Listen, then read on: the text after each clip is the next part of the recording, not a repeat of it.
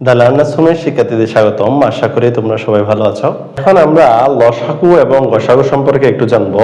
প্রথমত আমরা লসাগু এবং গসাগু এর পূর্ণরূপটা জানার চেষ্টা করব। লসাগু সমান লঘিষ্ঠ সাধারণ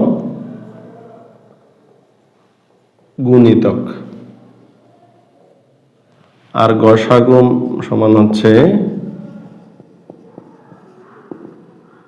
গরিষ্ঠ সাধারণ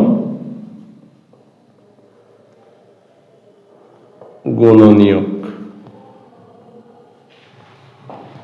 আমরা লসাগু এবং গসাগু এর পূর্ণরূপটা জানি, কিন্তু সেগুলো দিয়ে আসলে কি বোঝায় সে বিষয়টা জানি না।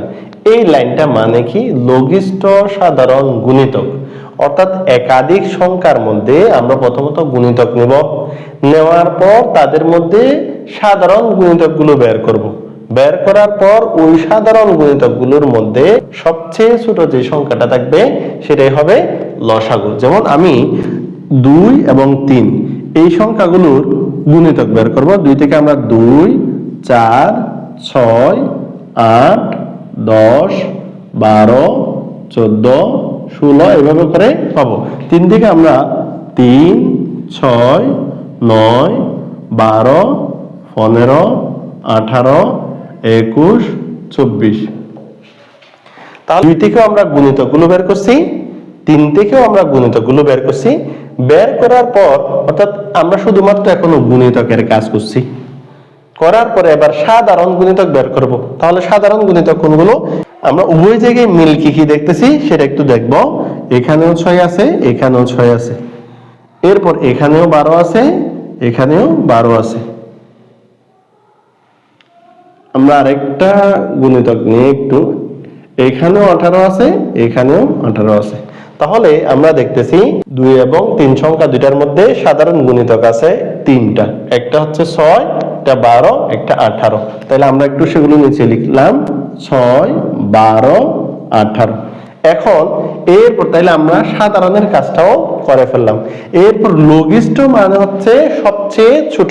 তাহলে এই যে 3টা সাধারণ গুণিতক, সেখানের মধ্যে সবচেয়ে ছোট হচ্ছে 6। তাহলে 6ই হচ্ছে 2 এবং 3 এর লসাগু।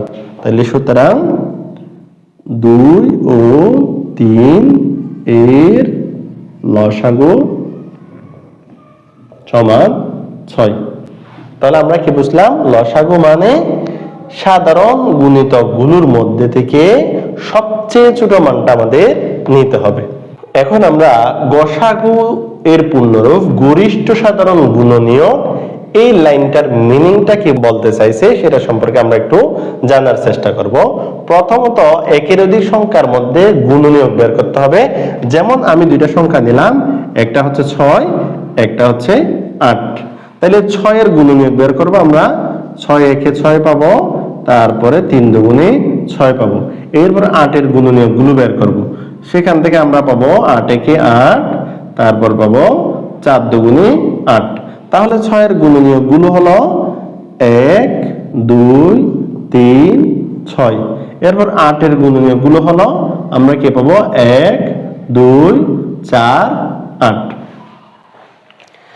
এখন তাহলে আমরা এই যে গুণনীয়কের কাজ করলাম, দুইটা সংখ্যা 6 এবং 8 এর গুণনীয়কগুলো বের করলাম। এখন আমরা দেখব সাধারণ গুণনীয়ক কোনগুলো। তাহলে সাধারণ আছে কি? এখানেও 1 আছে, এখানেও 1 আছে, এখানেও 2 আছে, এখানেও 2 আছে। এখন আমরা সাধারণের কাজটাও করে ফেললাম। তাইলে এই সাধারণ কি কি আছে? দুইটা সংখ্যার মধ্যে 1ও আছে, দুইটা সংখ্যার মধ্যে 2ও আছে। এরপর আসতেছে গরিষ্ঠ। গরিষ্ঠ শব্দের অর্থ হচ্ছে সবচেয়ে বড়, অর্থাৎ সাধারণ গুণনীয়কগুলোর মধ্যে সবচেয়ে বড় সংখ্যাটাই হচ্ছে গসাগু। তাহলে এখানে বড় আছে হচ্ছে 2, 1 হচ্ছে ছোট। সাধারণ গুণনীয়কের মধ্যে ছোট হচ্ছে কি? 1, আর বড় হচ্ছে 2। সুতরাং 6 ও 8 এর গসাগু সমান 2। তাহলে আমরা কি বুঝলাম? গসাগু মানে একের অধিক সংখ্যার মধ্যে প্রথমত সাধারণ গুণনীয়ক বের করব। বের করার পর তাদের মধ্যে সবচেয়ে বড় যে সংখ্যাটা পাবো সেটাই হবে ওই সংখ্যাগুলোর গসাগু।